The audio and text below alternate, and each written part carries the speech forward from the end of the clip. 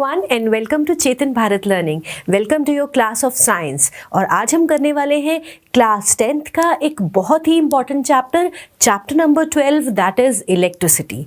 ठीक, इलेक्ट्रिसिटी अब सुनने में तो लगता है कि बहुत ज़्यादा आसान चैप्टर है, बहुत ज़्यादा आसान भी है, बट इसमें बहुत सारी चीज़ें समझने वाली भी हैं, राइट। तो इस चैप्टर में आप बहुत सारे कॉन्सेप्ट्स ऐसे देखेंगे जो आप पहली बार समझ रहे होंगे, तो उनसे डरना नहीं है, घबराना नहीं है और उन्हें समझने की कोशिश करेंगे।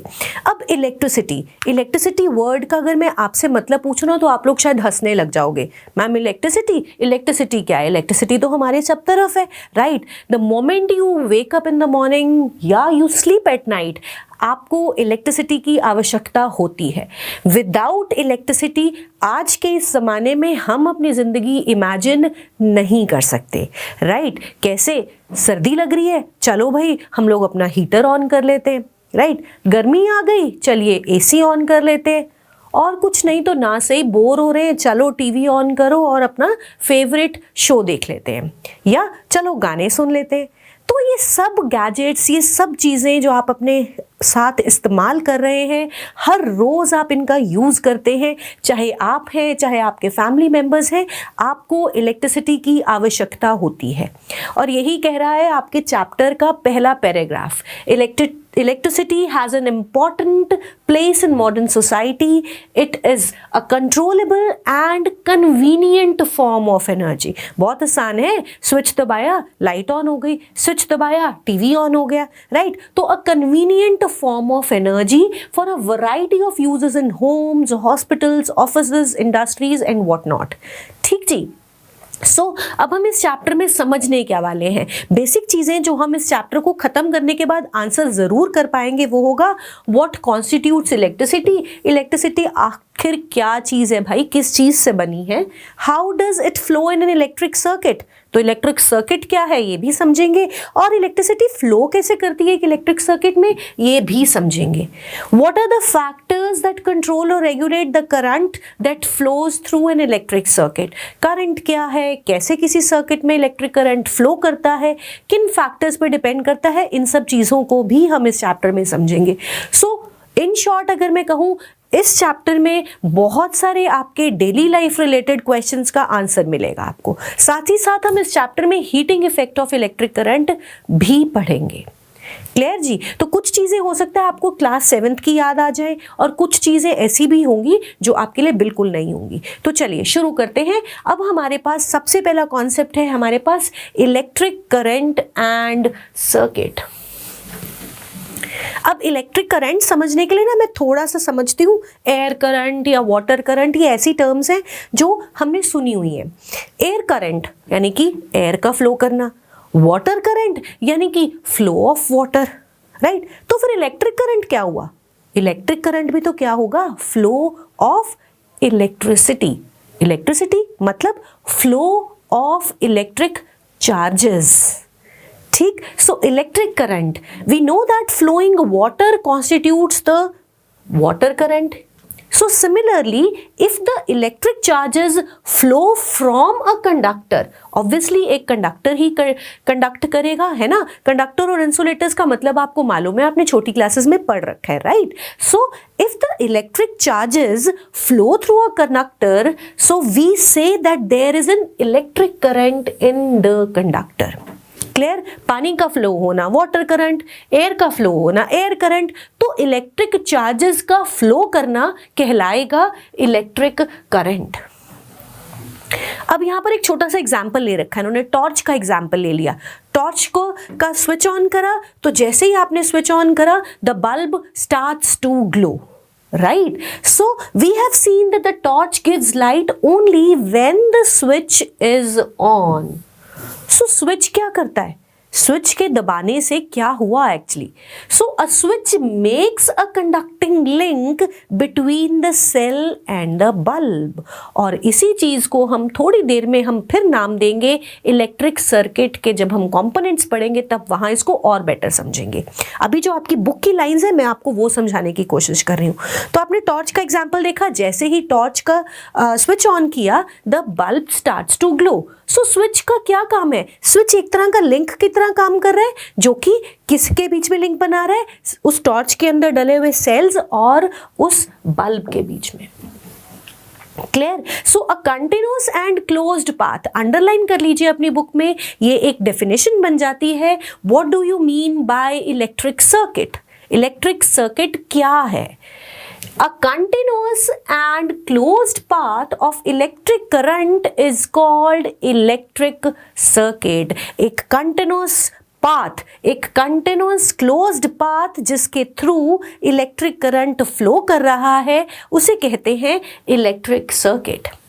और अगर ये सर्किट टूट गया है, if it is broken anywhere, तो करंट फ्लो नहीं करेगा and the bulb will not glow. और यही होता है जब स्विच ऑफ पोजीशन में है। जब हम स्विच को टर्न ऑफ कर देते हैं, वी स्विच इट ऑफ, तो करंट फ्लो नहीं करता, यानी कि सर्किट कंप्लीट नहीं है।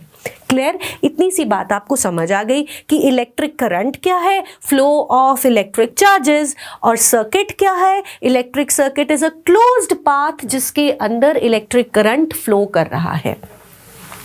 अब अगर हम एक्सप्रेस करना चाहें एक्सपेरिमेंटली या हम मैथमेटिकली कोई इक्वेशन बनाना चाहें, तो how do we express electric current? So electric current is the amount of charges flowing through a particular area in unit time.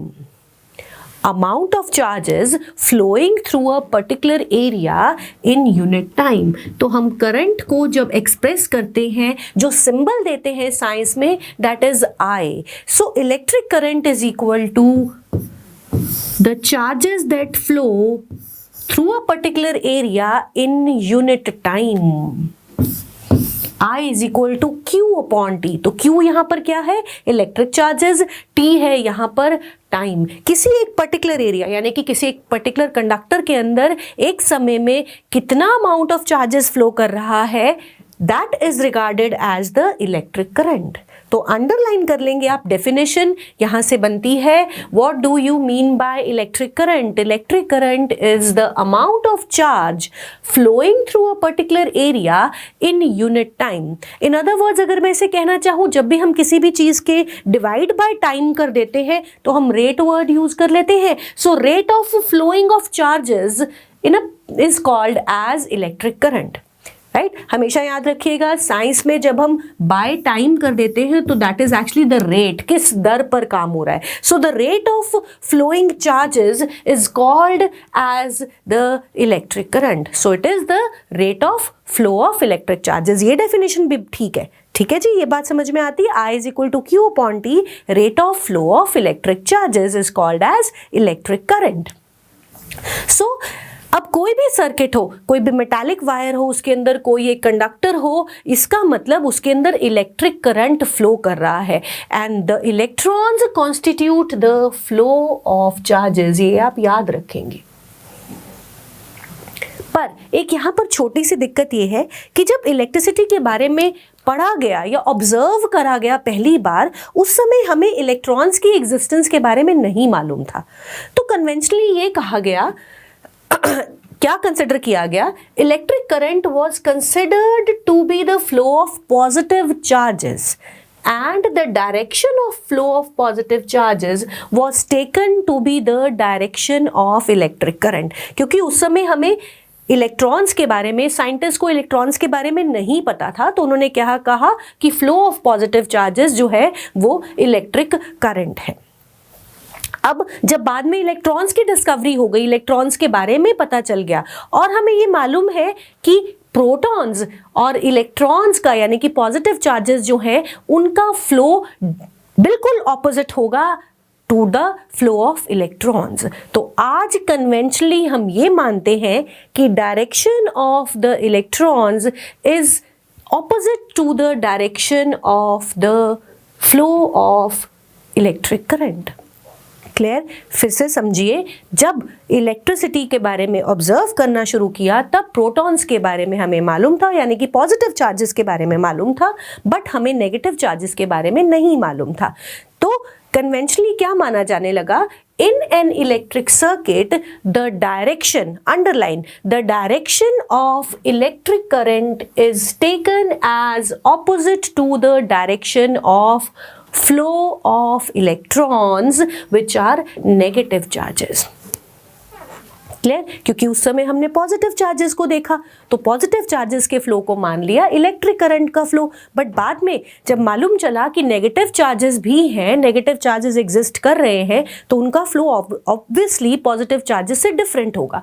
तो आज बाय कन्वेंशन हम ये जानते हैं कि the direction of electric current is always taken as opposite to the direction of flow of electrons. ठीक जी? तो अगर direction of flow of electrons इस तरफ है तो फ्लो ऑफ इलेक्ट्रिक करंट इस तरफ होगा। सो बाय कन्वेंशन आप अभी जानेंगे पॉजिटिव टू नेगेटिव जो है terminal of a cell electric current flow करता है, ये हम अभी फिर डिस्कस करेंगे। तो अभी के लिए आप दो चीज़ें याद रखेंगे, इलेक्ट्रिक करंट होता क्या है, उसकी डेफिनेशन क्या है, और डायरेक्शन ऑफ इलेक्ट्रॉन्स के ऑपोजिट इनका फ्लो माना जाता है। क्लियर? इतनी छोटी सी बात क्लियर हो गई। I is equal to Q upon T आपको क्लियर हो गया। The rate of flow of charges is called as electric current. अपने इसी चैप्टर का हम बचा हुआ हिस्सा अपने नेक्स्ट वीडियो में करेंगे। तब तक पढ़ते रहिए एंड थैंक यू।